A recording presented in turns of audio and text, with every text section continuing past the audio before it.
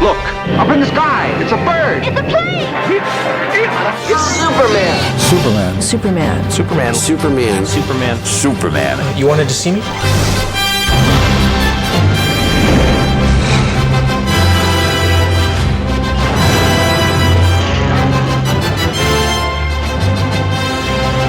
There have been a lot of cynical heroes and a lot of angst-ridden heroes. With Superman, you get sort of a light at the end of the tunnel. He's a noble character and he's idealistic. He's powerful and he knows it. Superman has had a very diverse history. He has been used as propaganda material. He's been in good movies, he's been in bad movies. He's been in good television, he's been in bad television. But through all of that, the character of Superman has always suited the times. I first became aware of Superman watching the George Reeves television series when I was a kid. I loved it. He could knock over a wall, or pick up a car, do these different things. So you can imagine yourself doing these things. George Reeves would run up and bounce out the window, and I would try to mimic that. I mean, who didn't? Superman! Am I glad to see you? Golly, Superman, you could have come in through the door. Well, this seemed a little more spectacular. George made the entrances he did because he fell once on wires in one of the very first shows. They were flying him in like Peter Pan, and the wire broke, and he fell. And he said, "That's it." He said, "Peter Pan flies. My Superman doesn't fly on wires." I hate to be a demanding woman, darling, but could you get me some Edelweiss? You know what it is? Of course, it's a little flower that grows in Switzerland. I shan't be gone long. Forgive me?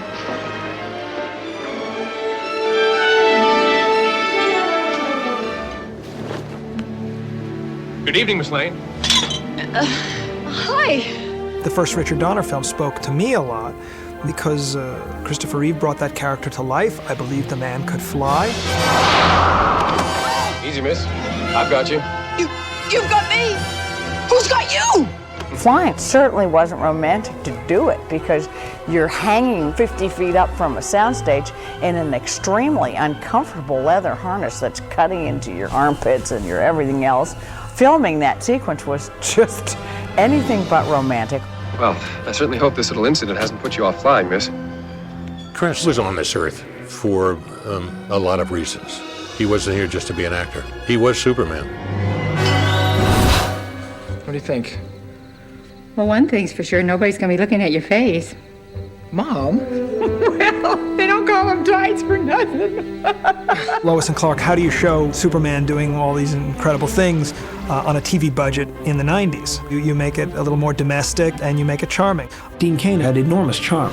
For me, it was a fantastic experience to step into that role, to start my career, but there were a lot of battles to fight along the way. I wanted us to push it to the next level and let them have children and just get crazy and explore new territory.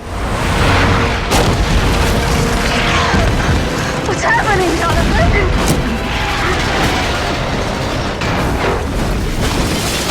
Smallville tells a very specific story. It's the story of young Clark Kent growing up on the farm.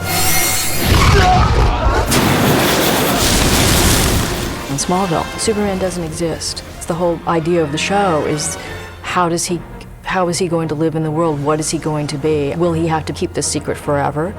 Your real parents weren't exactly from around here. Where are they from? Clark, you've been gone a long time. But not even you can stop the world from spinning. With Superman Returns, I wanted to respect the fact that Richard Donner's film is a classic. So I would then tell a return story. He's been gone, and then he comes back, and the world's moved on, and he has to sort of reclaim his place in the world. Clark has been doing a little soul searching for the last couple of years. Must be tough coming back. Superman has to feel, look, and sound as though he's stepped out of our collective consciousness of who that character is. And Brandon Routh, for me, embodied all the aspects of that character. He's Clark Kent on the farm, Clark Kent in the newsroom, the bumbling Clark. So you've met the Munchkin? Well, it's great to finally meet you. I've heard so much. And then finally Kal-El, the last son of Krypton, with all the majesty and honesty and virtue that you expect from Superman. Brandon has those qualities rather inherently. Well, there are a lot of different feelings that I had wearing the suit. Some days I enjoyed it, some days I really wanted to be back in a three-piece suit and be Clark. Hey, can I ask you something? Have you ever been in love? Sounds cheesy, I know.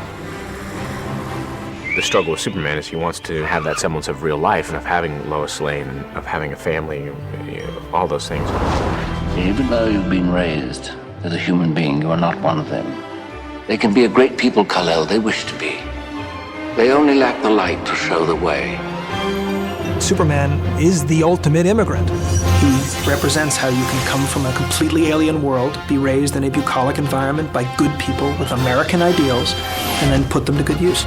I do think that Superman is seen by other countries in the world as quintessentially American. Take him away. Superman is universal.